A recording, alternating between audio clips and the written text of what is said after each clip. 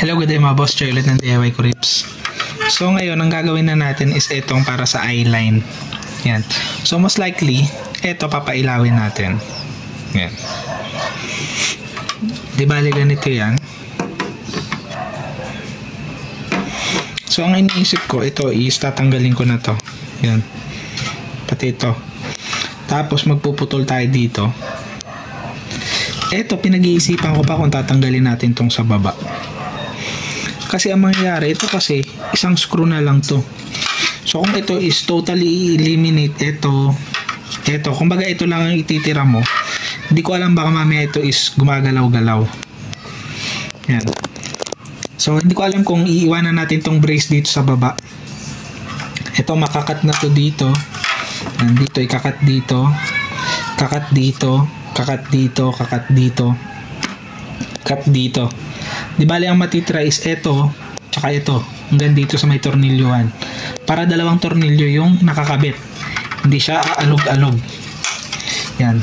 Pero initially ayun muna yung ikakat natin, tapos titignan ko na lang kung ito ba is okay lang din na wala. Pero for now ito yung ititira, pati ito.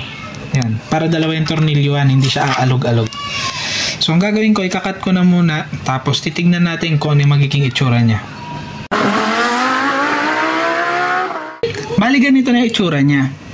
Pero kailangan pa natin tabasin ng konti kasi meron tumatamad sa bracket. Ayun no. Dito, diyan. Pati dito sa kabilang side. Yun. So hindi maisara pa yung pinaka headlight. Pero ganyan na yung magiging itsura niya. Yan. Tapos, pagka na-fit na natin yan, kailangan natin hiwain to. Itong harap na portion na yan. Kasi kailangan natin maglagay ng LED.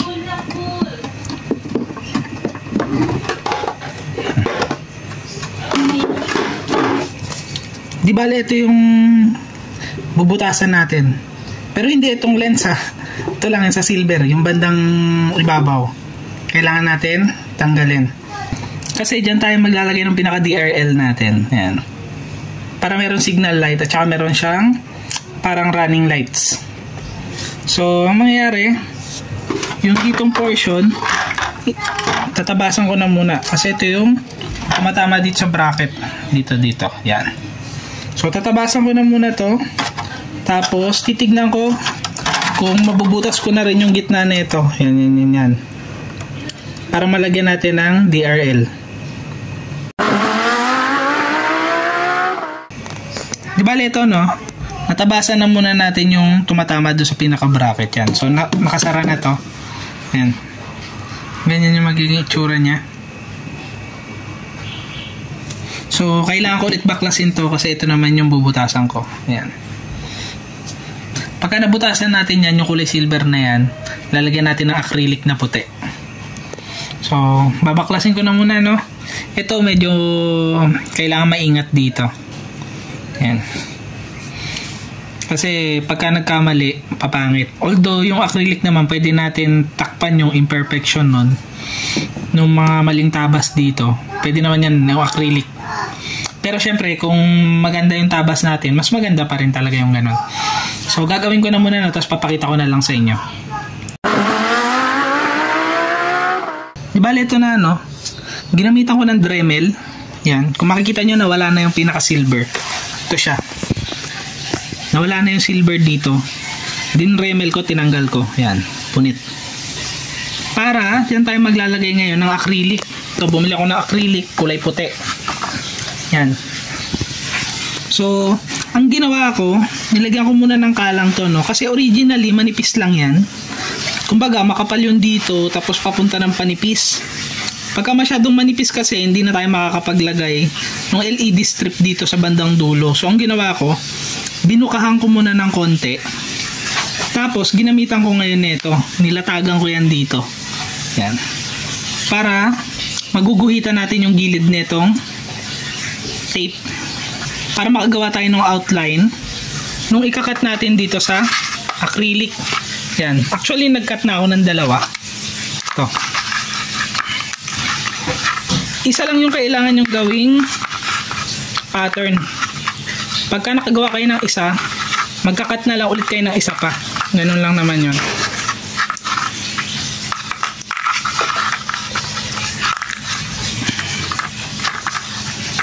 Yan. Kung mapapansin nyo, ito yung kulay puti, oh. Ayan yung nakalagay dyan kanina. Yan. Tapos tinanggal ko na yung tape. Dinikit ko dito. Saka ko ngayon kinat ulit ng Dremel. Yung nagawa ko na to, tinatong ko lang yan dito. Binakat ko. Ito na. Nakagawa pa ako ng isa. Tapos ang gagawin nyo ngayon, kailangan liyahin nyo o kaya isanding nyo para magpantay talaga sila ng saktong-sakto. Kasi pagka nag-cut lang kayo separately, sigurado hindi magsasakto yan ng saktong-sakto talaga. So ang ginawa ko, pinagpatong ko sila, ginamitan ko na itong clip bulldog, tapos saka ko ngayon sinander para magpantay. Yan. So kung mapapansin nyo, pantay na talaga sila. Yan. Di bale ito ang ilalagay natin dito. Yan. Di bale ito na yung eyeline na ginawa natin, oh, yan. So after natin tanggalin yung kulay silver, pinalitan natin ng acrylic. So ito pa yung isa, yan. So kung mapapansin nyo, meron pa mga tape yan. Kasi after ko lagyan ng glue, nilagyan ko ng tape para hindi umangat. So kailangan nyo nga pala itong i-heat gun, no, para makuha niya yung shape. Yan. Kasi pagka hindi nyo hinit gun yun, mababali yung acrylic. So kailangan palambutin nyo muna yung acrylic bago nyo itupi-tupi. Yan. Tapos nilagyan ko na ng glue yan. So ito pinatuyo ko na to. Tatanggalin ko na yung tape mamaya.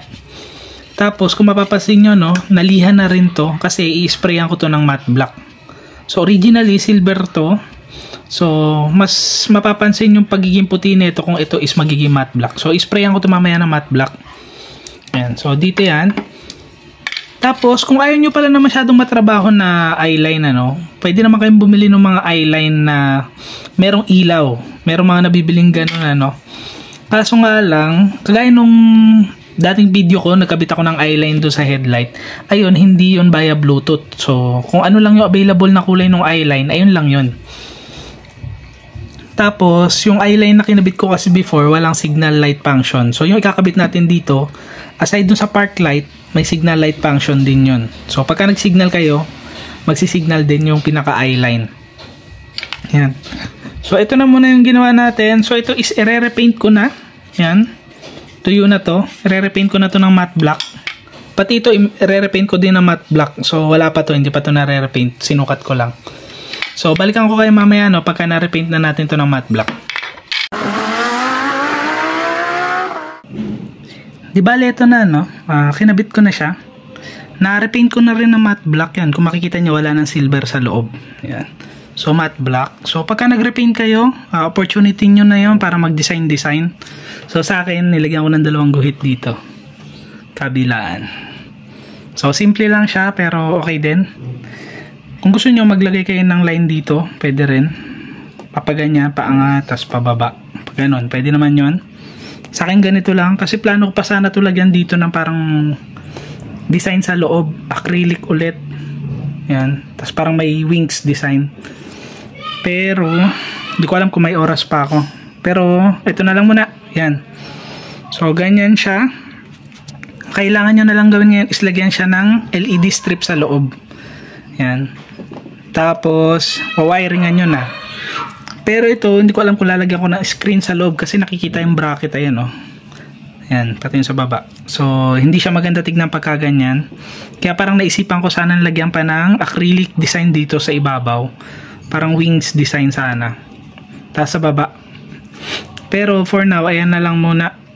So, tapusin na natin tong video na to, no? Ingat kayong lahat. Ride safe. God bless.